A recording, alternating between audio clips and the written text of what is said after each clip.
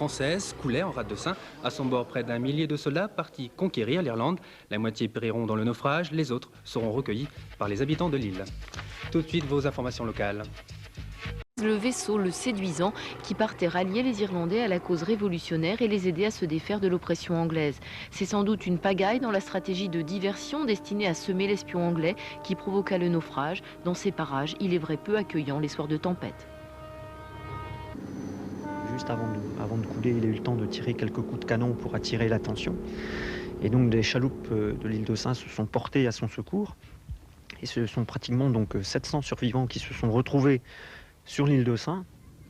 Pendant les 11 jours que dura la tempête, les Sénans nourrirent tant bien que mal les 700 survivants, ce qui créa un début de famine sur l'île. Mais la France fut reconnaissante. Pendant des années, on envoyait de la nourriture à l'île de Saint. On exempta les Sénans de service militaire pour qu'ils continuent à sauver des vies en mer. Et encore aujourd'hui, on ne paie pas d'impôts locaux sur l'île. Je pense que c'est la moindre des choses. Parce que si finalement les Sénans n'avaient pas été là, c'était pas 300 morts qu'il y avait, c'était 8 ou 900. Et puis, bon, y a-t-il une autre île de Saint ailleurs, franchement?